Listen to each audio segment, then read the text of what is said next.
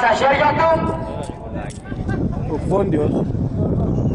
Με υπεύθυνη δήλωση για την οποία δεν ενημερωθήκαμε. Δεν πειράζει, συνεχίζουμε. Αριστερά είναι το νούμερο 85. Θεοδοσίου Νικόλαος, Mitsubishi Evo, 800 άλογα από Βόλο.